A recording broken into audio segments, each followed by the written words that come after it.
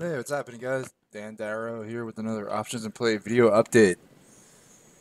Man, these weeks are really flying by, huh? I can't believe it's almost the end of 2018.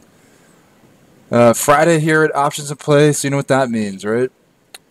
Earnings on the radar time. And this coming week will actually be our last full trading week until the second week of January because we have the Christmas holiday and then the New Year's holiday back-to-back weeks. So it's the last full trading week, and actually some pretty interesting name set to report. So let's jump into it here. I know if you've listened to these videos, you've heard me complain about how Mondays are usually pretty slow, but this week we actually are going to have some action.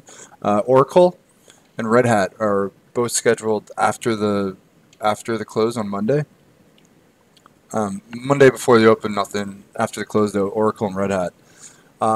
So just jumping first to Red Hat, really not expecting much of a move.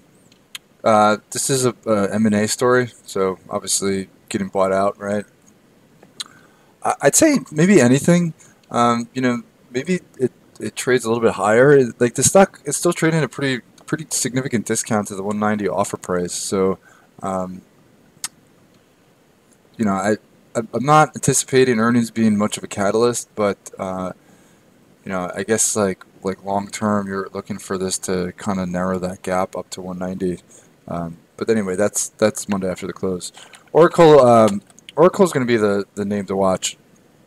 So I mean, this really was acting great just up until a couple weeks ago. I mean, like this was showing relative strength. I mean, just off its best level from September.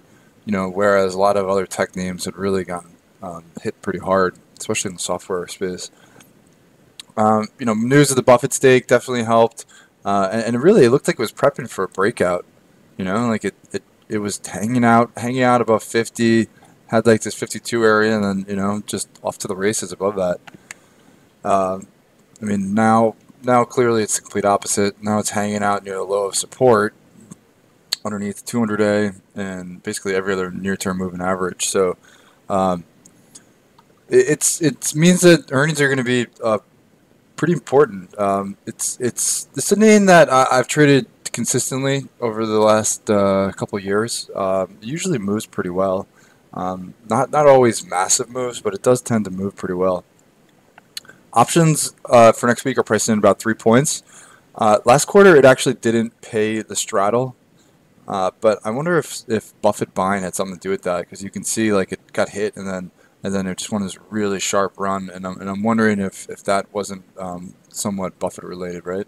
Because it was during this quarter is when he announced his stake.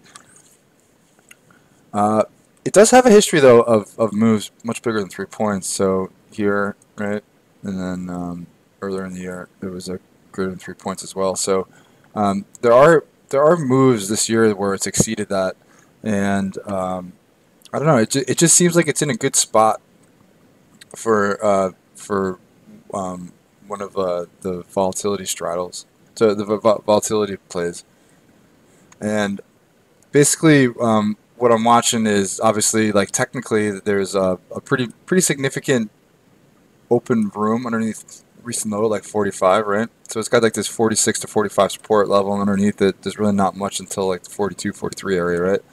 And then there's a gap above, and then 50 is the key level. So there's about at least three, possibly more, four, just to get back to where it was a couple weeks ago.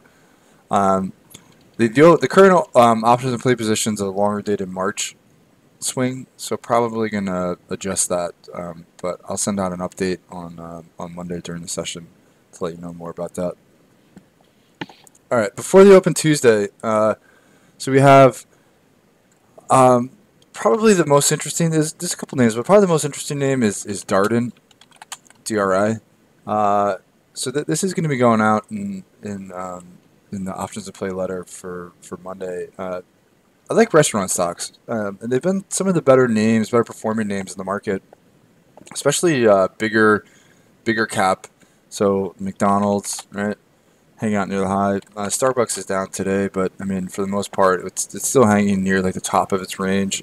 Yum, right, Yum Brands just yesterday broke out. It's pulling back today, but again, a lot of these names are hanging out, if not at their 52-week highs, just off of it.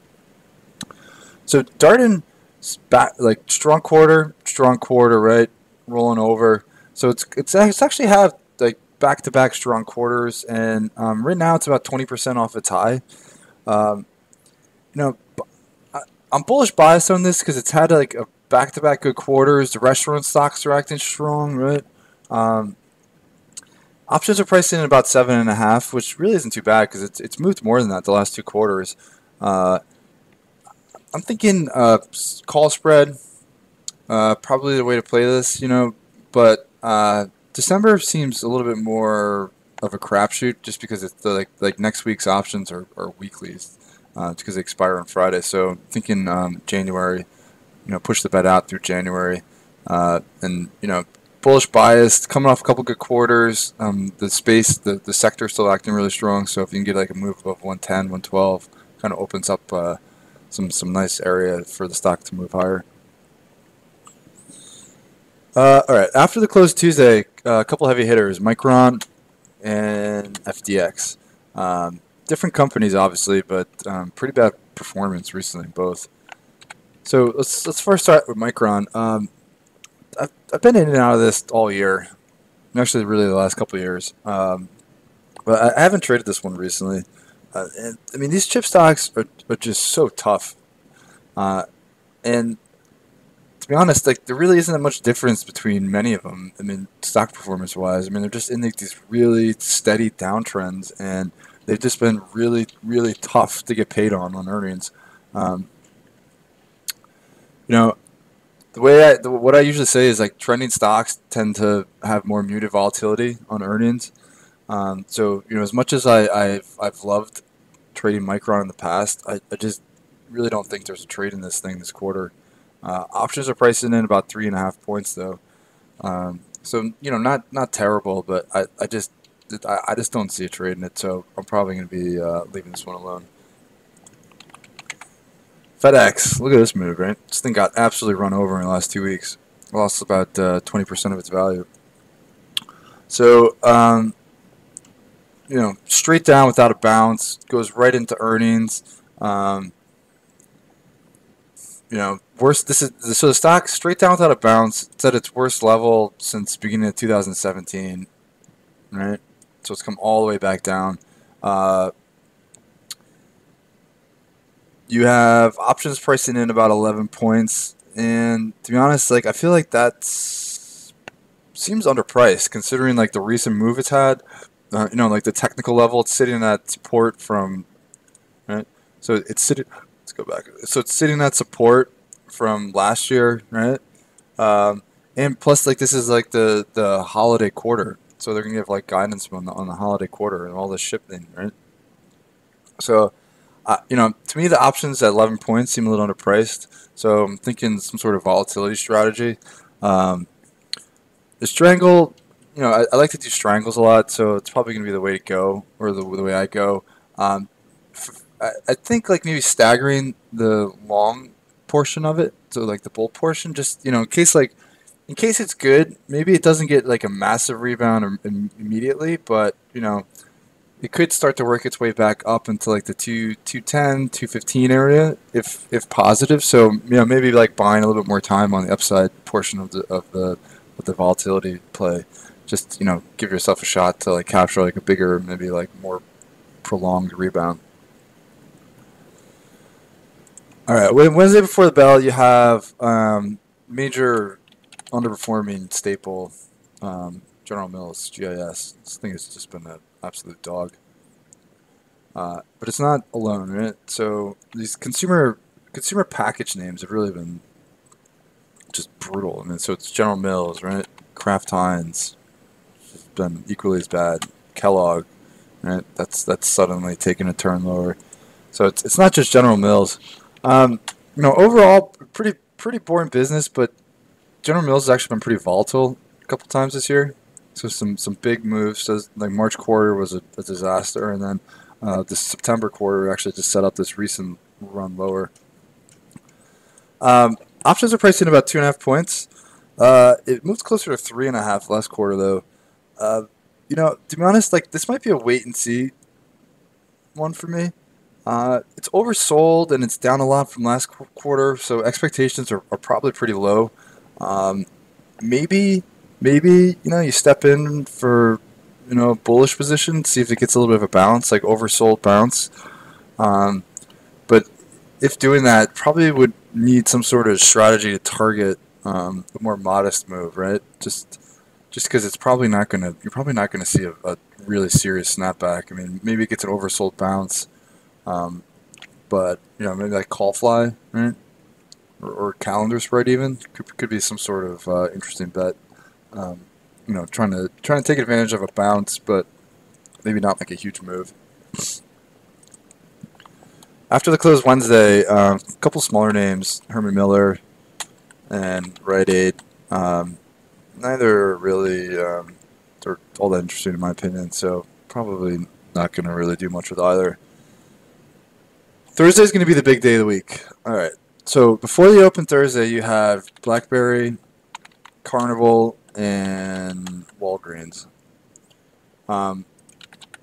BlackBerry first. Had a great one-day move on earnings last quarter. That was this right here, right? Just about a 2-point move.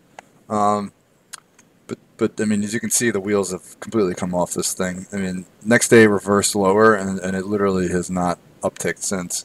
So it's trading down around 7.5, 8. So it's given back just about all of its gains from last year's like huge run. Well, you can see, like go back here.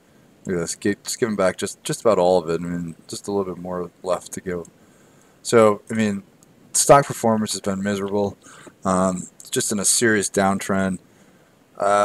It didn't work out for the straddle last quarter, and yeah, like this quarter, it's like a much different setup. It's like a tough position. Options are only pricing in 80 cents, which really isn't bad. I mean, it moved almost 2 last quarter, but the setup is just different, right? So it's just in like a really steady downtrend. It's gotten beat up pretty bad. Like it seems like the pattern lends itself to a bearish bet. I just don't know what the downside would be. It doesn't seem like there would be like a ton of downside from here. So it's like a tough setup. Maybe closer to the date. Maybe end up doing something like a speculative, like out of the money strangle.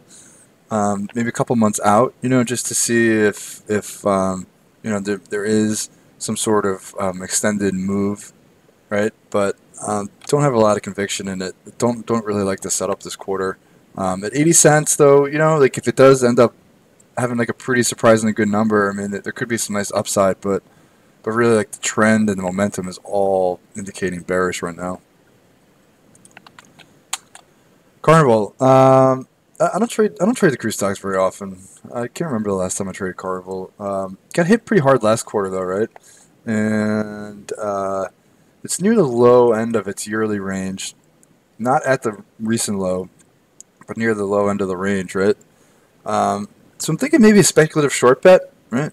So moved 5 points last quarter. It's pricing in 3 this quarter. Maybe if you can get like a cheap put position, right? Down around like the low from October. Maybe if the number's not great, maybe you get like a quick retest of the low. So if you can get the options for a decent price, maybe you get like a retest of this October low before it bounces again. So that's what I was thinking, maybe a speculative bearish bet there.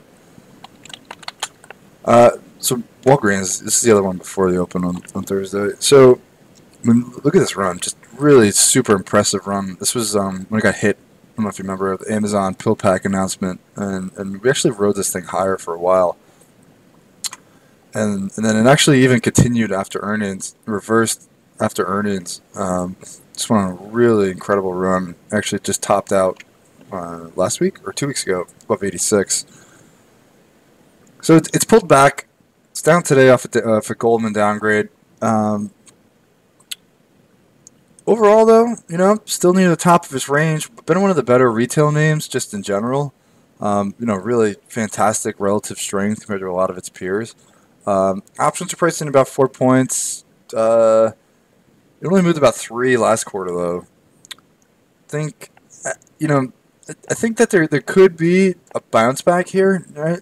So I'm a little bit bullish biased, but options are they're a little bit on the high end for this name.